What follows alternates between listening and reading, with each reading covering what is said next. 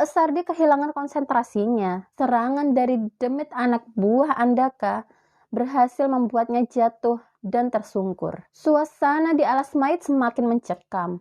Kekuatan Eyang Widarpa dibutuhkan di sini.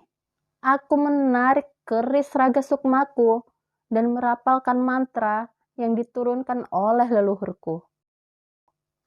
Jagat lelembut, mboten duwe wujud, kula nimbali. Surga loka, surga kayangan. Ketuh muleh, sampun nampani. Tekan asa, tekan sedanten.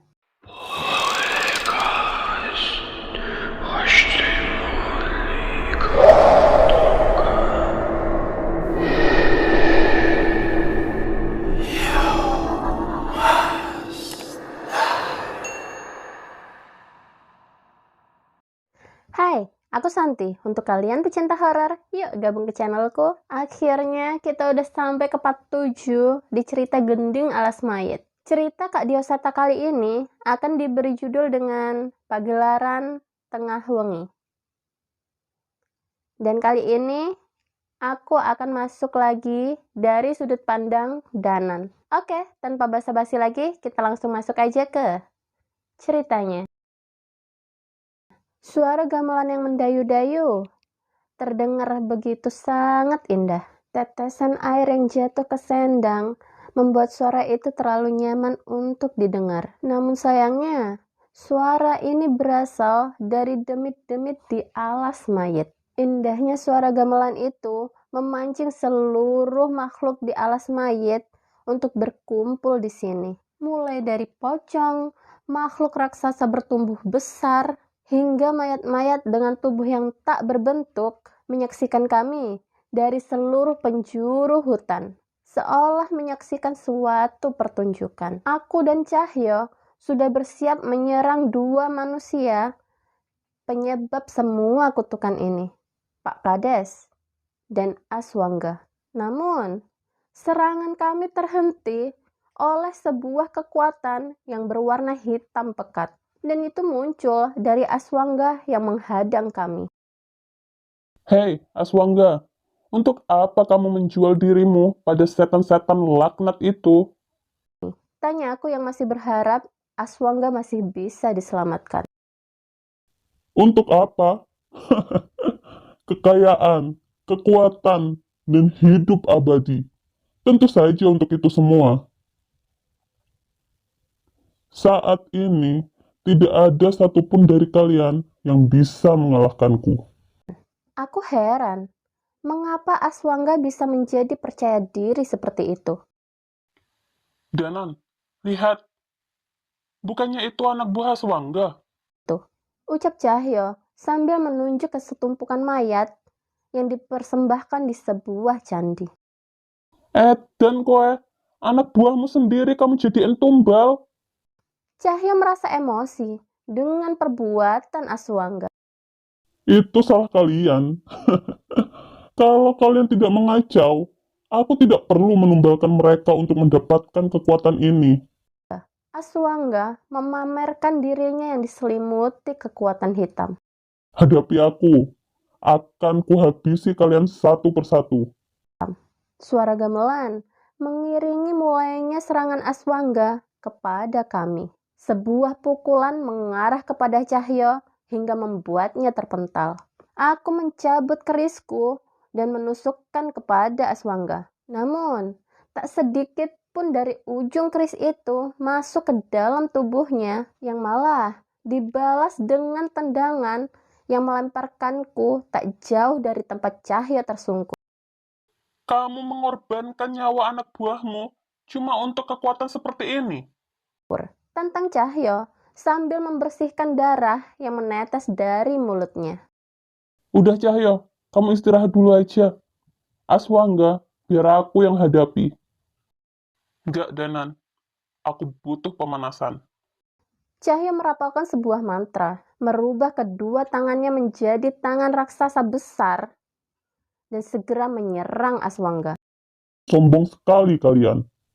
Kekuatan Aswangga yang diselimuti dengan kekuatan hitam beradu dengan lengan kera milik Cahyo. Namun, kali ini Aswangga yang terpental. Sekali lagi Aswangga mencoba menyerang Cahyo, namun dibuatnya terpental lagi. Untuk adu ilmu fisik, Cahyo memang bisa diandalkan.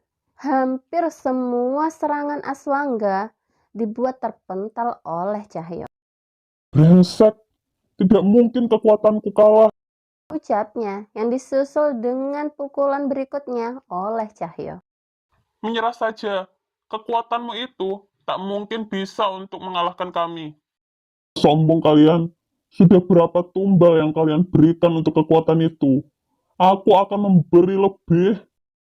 Ucap Aswangga sambil menoleh kepada Pak Kades yang melihatnya dari belakang. Wajah Cahya terlihat emosi. Sekali lagi, pukulan diarahkan kepada Aswangga dan membuatnya tersungkur ke tanah. Tumbal, seenaknya kamu bicara. Mbok pikir aku mau menggunakan cara biadab itu? Ucap Cahyo sambil menghampiri Aswangga dan mulai memukulinya lagi. Kamu tidak tahu berapa ribu hari puasa yang dilakukan oleh Danan. Kamu tidak tahu berapa ayat suci yang dihafalkan dan dilantunkan Pak Sardi. Kamu tidak tahu berapa banyak yang sudah ditolong oleh mereka, hingga Yang Maha Kuasa menitipkan kekuatan ini pada kami untuk menolong orang yang lebih banyak lagi. Cahyo berusaha menyadarkan Aswangga. Namun, sebelum mendaratkan pukulannya lagi, Pak Kades melompat dan bersiap menyerang Cahyo yang membuatnya memilih untuk mundur. Cukup Aswangga, kamu belum bisa mengalahkan mereka. Terus, kita harus bagaimana? Tanyanya dengan suara yang lemah karena efek serangan Cahyo yang bertubi-tubi. Kita selesaikan perjanjian kita. Kamu sudah mendapat kekayaan dan kekuatan. Sekarang, akan kuberikan kau kehidupan abadi. Ucap Pak Kades yang menghampiri Aswangga. Sebuah pasak kayu dikeluarkan oleh Pak Kades. Ujungnya diukir dengan tajam dan diarahkan kepada Aswangga. Pak Kades, untuk apa pasak itu? Tanya Aswangga yang mulai merasa takut. Tubuh kakek-kakek ini sudah sangat lemah. Aku butuh tubuh yang lebih muda untuk bisa mendampingi dia dan menghabisi cicung itu. Maksud Pak Kades apa? Bukannya Pak Kades berjanji akan memberikan hidup abadi? Tubuhmu akan hidup abadi bersama rohku di dalamnya.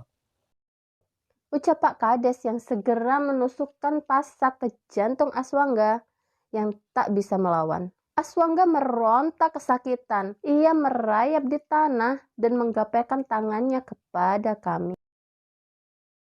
Tolong.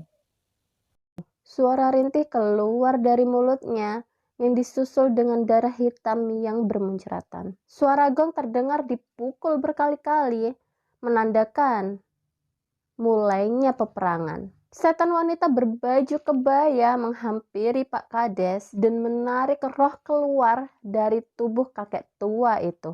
Sesosok makhluk berwujud manusia dengan pakaian kerajaan keluar dari tubuh Pak Kades dan segera merasuki tubuh Aswangga yang masih tertancap pasak di jantungnya. Suara gamelan berbunyi semakin cepat.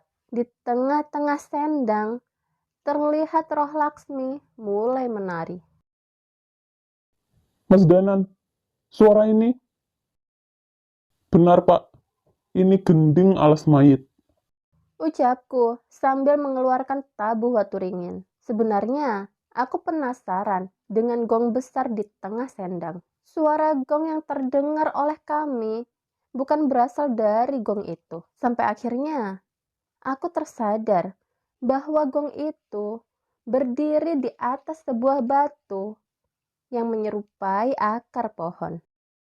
Cahyo, apa batu yang di bawah gong itu yang dimaksud Mbah Rusman? Aku berbisik pada Cahyo. Cahyo memperhatikan apa yang aku maksud. Oh, pantas aja nggak kelihatan. Air hitam itu menutupi keberadaan waturingin itu. Mengerti yang kumaksud, kami berdua segera berlari menerjang ke sendang Banyu Ireng. Namun, sebuah serangan menghentikan kami berdua. Itu Aswangga lagi. Namun kali ini,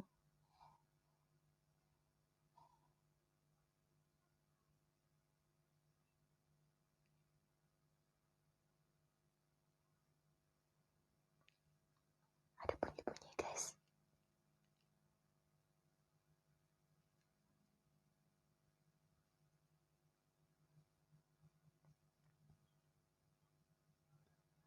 Kalian tahu nggak sih?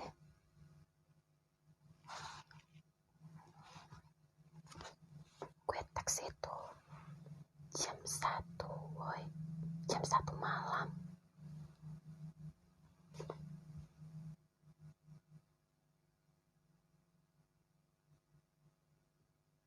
Oke. Kita lanjut. Itu Aswangga lagi. Kali ini berbeda. Pasak di jantungnya sudah menghilang. Namun, wajahnya berubah menjadi mengerikan dengan kulit wajah yang terlihat melepuh. Demit wanita itu memakaikan pusaka yang dikalungkan di dadanya dan memberikan tombak pada Aswangga. Tidak mungkin. Aswangga, Pak Sardi tidak percaya dengan apa yang dia lihat. Aswangga tertawa dengan suara yang menyeramkan. Aswangga. Bukan. Aku Patih Andaka yang akan menghabisi kalian semua. Menyambut kebangkitannya, makhluk hitam besar berwujud perempuan dengan cakar yang mengerikan menghampiri dan bersujud di depannya. Disusul dengan setan-setan yang dari tadi hanya melihat pertarungan kami. Pemandangan yang begitu mengerikan. Kali ini, sosok yang menghuni tubuh Aswangga memimpin ratusan demit dengan setan penari itu di sampingnya. Gila, Danan. Kita harus melawan demit sebanyak ini. Suara petir menggelegar dan mulai turun hujan deras di hutan ini. Pak Sardi membaca mantra pembakar dan melawan setan itu satu persatu. Namun, jumlahnya terlalu banyak. Cahyo segera menyusul Pak Sardi melawan demit-demit itu. Pikirku, satu-satunya cara adalah mengalahkan iblis Andaka itu. Segera aku membacakan ajian lebur saketi, sebuah pukulan jarak jauh yang diarahkan kepada iblis Andaka itu. Namun, serangan itu tidak melukainya sama sekali. Sebaliknya, iblis itu menoleh ke arahku dan menyerangku dengan tangannya yang sudah menggenggam tombak tua. Aku mencoba menghindar, namun gerakannya terlalu cepat. Sebuah tusukan menembus tanganku yang mencoba menahan serangan itu. Kengerian tidak cukup sampai di sini. Dari arah pintu masuk hutan, terlihat seseorang yang sedang menari tanpa sadar. Tidak hanya satu, beberapa orang lagi menyusul di belakangnya. Bapak, maafin Sekar. Sekar gak bisa jagain warga desa. Ucap Sekar yang berlari berusaha menyusul warga desa. Sekar, jangan ke sini. Ucap Pak Sardi yang berusaha menghentikan Sekar. Pak Sardi kehilangan konsentrasinya. Serangan dari demit anak buah Andaka berhasil membuatnya jatuh dan tersungkur. Suasana di Alas Mait semakin mencekam. Kekuatan Eyang Widarpa dibutuhkan di sini. Aku menarik keris Raga Sukmaku dan merapalkan mantra yang diturunkan oleh leluhurku. Jagat lelembut mboten duwe wujud, kula nimbali. Surga loka, surga kayangan. Ketuh muleh sampun nampani. Tekan asa, tekan sedanten. Di tengah hujan deras, sesosok kakek tua berambut panjang berwarna putih muncul dari derasnya hujan. Eyang, kulo. Belum sempat menyelesaikan kata-kataku, Eyang segera menyerang iblis Andaka dan membuatnya terpental. Bocah asu, demit iki dadi urusanku. Kamu urusin warga desa. Eyang Widarpa membelakangiku dan bersiap menghadapi iblis di tubuh Aswangga. Tunggu, aku kenal kamu kakek tua. Andaka kembali berdiri dan menghadapi kami. Kamu itu Patih Widarpa kan? Kamu yang membawa pergi warga dan raja dari kerajaan. Teriak Andaka dengan menunjuk kepada Eyang Widarpa. Tunggu. Patih?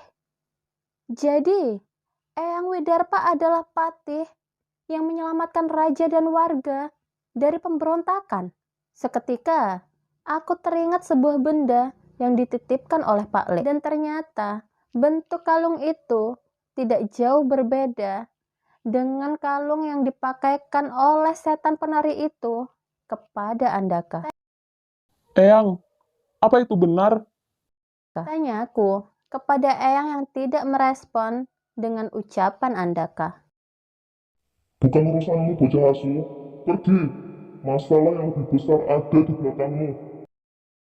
Baik, Mbah. Sebelumnya, terima ini dulu. Ini titipan Nyai Suratmi. Aku menyerahkan sebuah pusaka kalung kuningan kepada Eyang.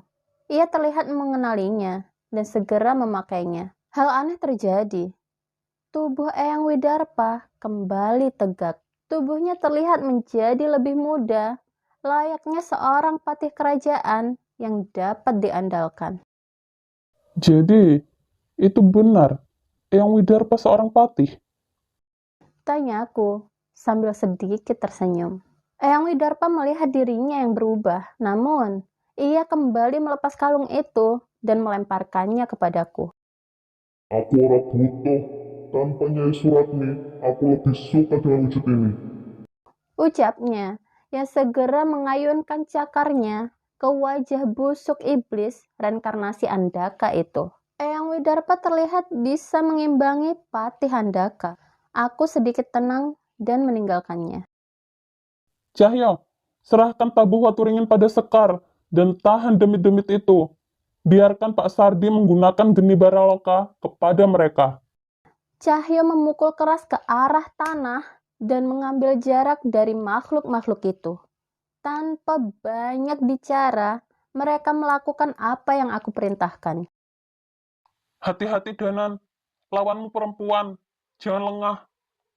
Ucap Cahyo yang mengetahui maksudku menghampiri iblis wanita yang menyebabkan semua ini terjadi. Seolah mengerti kehadiranku, ia menyambutku dengan tarian yang gemulai. Tarian itu menjadi mengerikan ketika setan itu tersenyum mengerikan tanpa bola mata di wajahnya. Dan dilakukan di atas tumpukan mayat tumbal dari Aswangga. Aku mengejarnya, namun setan itu melayang ke arah tubuh Laksmi yang tergantung, merasukinya dan menjatuhkan dirinya ke sendang Banyu Ireng. Roh Laksmi masih menari di sana, seolah tidak peduli dengan apa yang terjadi pada tubuhnya. Dari sendang Banyu Ireng, terlihat tubuh Laksmi bangkit dari dalam air. Luka-luka di tubuhnya menghilang, seolah tidak terjadi apa-apa. Satu persatu bajunya yang penuh darah dilepaskan hingga tidak ada satu helai benang pun yang tertinggal di tubuh Laksmi yang indah itu. Danan, ini aku, Laksmi. Dengan tubuh basah dan tanpa pakaian, Laksmi menghampiriku dan melemparkan senyumnya yang manis. Seperti saat pertama kali aku datang di desa Windu Alit. Enggak mungkin. Aku melihat semuanya. Kamu setan yang mencuri tubuh Laksmi. Aku membacakan mantra di tanganku dan bersiap menyerang Laksmi. Namun, keindahan tubuh Laksmi dan kenanganku bersamanya menahan itu semua. Cukup, Danan. Jangan sakiti aku. Lebih dari ini. Ucap Laksmi dengan wajah yang memelas. Ucapan Laksmi benar-benar menyentuh. Aku tak tahu harus berbuat apa. Rasa bimbang yang sangat amat muncul. Aku tidak bisa lagi membedakan mana yang benar. Di tengah sendang yang diterangi cahaya bulan, Laksmi berdiri dengan anggun di hadapanku dengan memamerkan keindahan tubuhnya. Aku sudah tidak apa-apa, Danan. Aku cuma butuh kamu. Ucap Laksmi menempelkan badannya ke tubuhku dan memelukku. Rasa bimbang dan kehangatan yang muncul di diriku tak mampu lagi menahan akal sehatku. Tanganku membalas pelukan Laksmi. Kulitnya yang halus dan pelukannya yang hangat membuatku merasa tenang. Laksmi, aku nggak akan ninggalin kamu lagi. Dar, bersambung. Tet, tet, tet. Oke, kita lanjut nanti di part 8 dan insya Allah part terakhir.